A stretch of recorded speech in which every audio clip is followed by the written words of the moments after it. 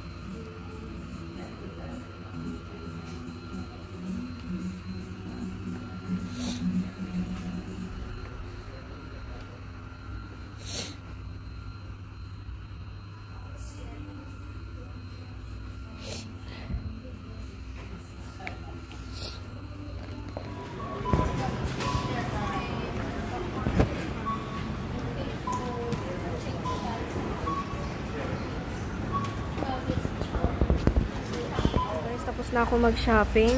Ayan, ang mukha ko pulang-pula. Ayan. Nag-aantay na lang ako ng sundo.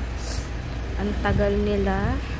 Mauubos ko tong tissue sa allergy ko. Ayan isang box na na tissue. So, nag-aantay na ako dito. Ayan. Yung mga pinamili ko, ayan. Nandun na sa dito pa sa sa trolley. Dito ako nag-aantay. Nalulutang ako kung anong sasabihin ko guys kasi pag umaatake yung allergy ko, ayan namupulang-pula na yung ilong ko dahil sa sipon. Tapos atsin pa ako ng atsin sa loob ng grocery shop. Ayan. Kaya hindi ako nawawala ng ng tissue lagi. Meron din ako sa bag. Ayan, ito mamaya sa car to, para sa car tong box ng tissue. Sakit ng ulo ko. Pag umatake yung allergy ko, masakit siya sa ulo dito, Tapos pati bato ko nasakit na din. Ako nag-aantay. Ayan yung para na akong uubuhin.